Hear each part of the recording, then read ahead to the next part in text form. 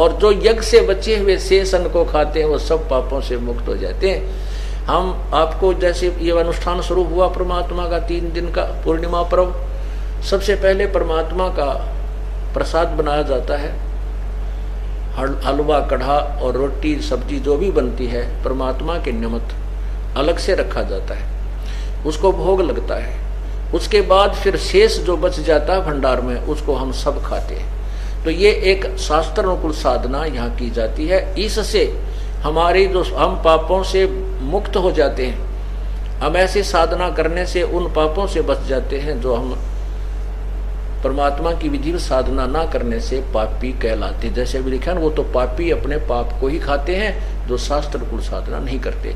अर्थात जो अनुष्ठान किए जाते हैं और ये यज्ञ से बचे हुए शेष अन्न को, क्योंकि पहले भगवान को भोग लगा, बाकी जो भंडार में या यहाँ जो हलवा, कढ़ा या सब्जी रोटी बची ये उसके बच्चे खाएंगे। पहले पिताजी ने भोग लगा दिया, उसके बाद बच्चे खाते हैं। तो कहते हैं ये संकेत है कि यज्ञ से बचे हुए अन्न को, ये देखो गीता जी अध्याय नंबर 3 के ये श्लोक नंबर ये 14 ये 13 में कहा कि यज्ञ से बचे हुए अन्न को खाने वाले श्रेष्ठ पुरुष सब पापों से मुक्त हो जाते हैं। जो पापी लोग अपना शरीर पोषण के लिए ही अन्न पकाते हैं वे तो पाप को ही खाते हैं। जो धार्मिक अनुष्ठान विधिवत शास्त्र अनुकूल नहीं करते वो तो पापी आत्मा है। अपना पेट भरने के लिए ही गुटी लाई, दड़ी पक्का खाया और सारी रात फुंकाड़े मारे, सुबह उठते फिर धंधे में जुट गए। कहते हैं वो तो पापी लोग अपना पाप ही खाते हैं। आगे देखना 14-15 जो श्लोक है 3रे अध्याय का, इसमें बहुत जबरदस्त निर्णय है। इसमें यह भी स्पष्ट किया है कि पूर्ण परमात्मा से ब्रह्म की उत्पत्ति हुई, ज्योति निरंजन का जन्म हुआ और फिर ज्योति निरंजन ब्रह्म ने हमारे कर्म लगाए, क्योंकि यहाँ हमने करके खाना पड़ा, अपना किया कर्म भोगना पड़ता। सतलोक में ऐसा नहीं है, वहाँ कोई कर्म नहीं है, वहाँ परमात्मा के भरे भंडार हैं, वहाँ कोई कमी नहीं किसी वस्तु की। तो यहाँ आए तो हम कर्मों के बंधन में बंधे, वो प्रमाण दिया है गीता जी अध्याय नंबर 3 के श्लोक 14 और 15 में। देखना ये 14 और 15 यह लिखा है, संपूर्ण प्राणी अन्न से उत्पन्न होते हैं। अन्न की उत्पत्ति वृष्टि यानी वर्षा से होती है, वर्षा यज्ञ से होती है, वर्षा यज्ञ से होती है। आप देख रहे हो पुण्यात्माओं, जब से परमात्मा की कृपा हुई है, सतलोक आश्रम बरवाला में ये अनुष्ठान, धार्मिक अनुष्ठान प्रारंभ हुए हैं, उसी दिन से परमात्मा वर्षा कर रहे हैं। और मई और जून जो तपया करते थे उसमें भी परमात्मा ने झड़ी ला रखी थी। और उससे पहले आप देखते हो कि जमीन में ट्यूबवेलों के पानी भी सूख गए थे, इतना पानी चला गया था नीचे। और अब धार्मिक अनुष्ठान फिर पुनः प्रारंभ हुए हैं परमात्मा की। वही प्रमाण गीता जी दे रही है कि सभी प्राणी अन्न से उत्पन्न होते हैं, अन्न वर्षा से होता है और वर्षा यज्ञ अनुष्ठानों से होती है, यज्ञ से होती है। यहाँ 5 यज्ञ चलती हैं। एक यज्ञ धर्म की, यहाँ भरे भंडारे, दिन रात कोई किसी समय आओ आते भोजन तैयार मिलेगा, सदा व्रत है उस परम पिता कबीर परमेश्वर की तरफ से। ये मत समझना कि कोई दान करके ये भंडारा चला सकता है, नहीं। परमात्मा अपने सतलोक से आपके पास भेजता है अपना, तो आपको धन देता है, आपको धनवान बनाता है और आपके 100 प्रकार के कष्टों का निवारण करता है और फिर आप में प्रेरणा करके दान करवाता है ताकि ये बच्चा कुछ पुण्य प्राप्त कर सके। नहीं तो ये काल भगवान धर्म पर नहीं लगाने दे सकता। कोई बीमारी में, कि तो मुकदमे में, कि तो कोई ले गया वो दे को नहीं, फिर खेचा तानी, रात न नींद आवनी, ऐसी बयान माटी रखी है हमारी। ये तो कबीर परमेश्वर की रजा से ही ये सब दान पुण्य करवाया हो रहा है। तो यहाँ एक यज्ञ है धर्म की, ये धर्म भंडारा दिन रात चलता है। और दूसरी यज्ञ है ध्यान। सतलोक आश्रम में आने के बाद केवल परमात्मा की चर्चा ही चलती है, उसी का ध्यान, उसी की चिंतन बना रहता है। और तीसरी यज्ञ हवन की, यहाँ पर दिन रात अखंड ज्योतें चलती हैं परमात्मा की।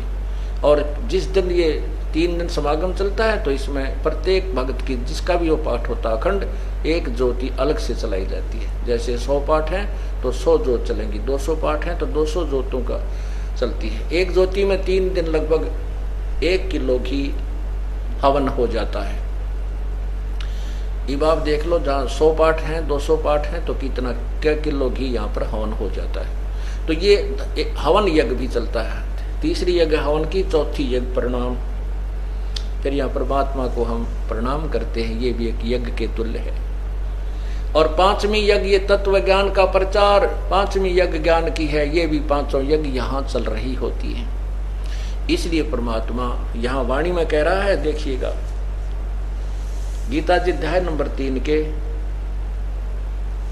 और श्लोक नंबर 14 और 15 में स्टार्ट है 14 का। संपूर्ण प्राणी प्रसन्न अन्न से उत्पन्न होते हैं। अन्न की उत्पत्ति वृष्टि से होती है, वृष्टि यज्ञ से, वर्षा यज्ञ से होती है। और देखना, यज्ञ विहित कर्मों से उत्पन्न होने वाले हैं। यानी विहित माने शास्त्र अनुकूल साधनों से, जो शास्त्र अनुकूल विधि से, शास्त्र अनुकूल साधना जो की जाती है वही कर्म काउंटिंग में होते हैं, अन्यथा नहीं। वही धार्मिक कर्म सही माने जाते हैं जो शास्त्र अनुकूल, यानी विहित, विहित माने शास्त्र अनुकूल जो कर्म होते हैं वही मान्य होते हैं। ये देखना, यज्ञ कर्म सम उद्भव विहित कर्मों से उत्पन्न होने वाला है। और कर्म समुदाय को, यहाँ देखो इन्होंने कितनी गलती कर रखी है। ब्रह्मो उद्भवम, वेद से उत्पन्न लिख दिया। कर्मों को नो कहें वेद से उत्पन्न, नहीं, ये ब्रह्म है। और ब्रह्म से उद्भवम, यानी ये कर्म जो हमने यहाँ करने पड़े ये काल से उत्पन्न हुए। इस काल के लोक में आए, ब्रह्म के लोक में आए तो हमने कर्म करने पड़े, नहीं तो अपने सतलोक में हम बिना किए भगवान दिया करता था। अब ये देखो, इन्होंने ब्रह्म का अर्थ वेद कर दिया। तेरा गजब, वेद माने यहाँ लिखना था ब्रह्म। ये ज्योति निरंजन किसे, अक्षरम उद्भवम, अविनाशी परमात्मा से उत्पन्न हुआ जान। ब्रह्म, ये जो ब्रह्म है, ये ब्रह्म यानी ज्योति निरंजन को आप अक्षर माने अविनाशी परमात्मा। अविनाशी परमात्मा कौन है? 15वें अध्याय के देखो, जैसे एक मिट्टी का प्याला, चीनी का सफेद कप होता चाय पीने का, और उसकी तुलना में स्टील का प्याला होता है, वो उसकी तुलना में स्टील का प्याला भी अक्षर कहलाता, अविनाशी है, लेकिन वो भी अविनाशी नहीं है।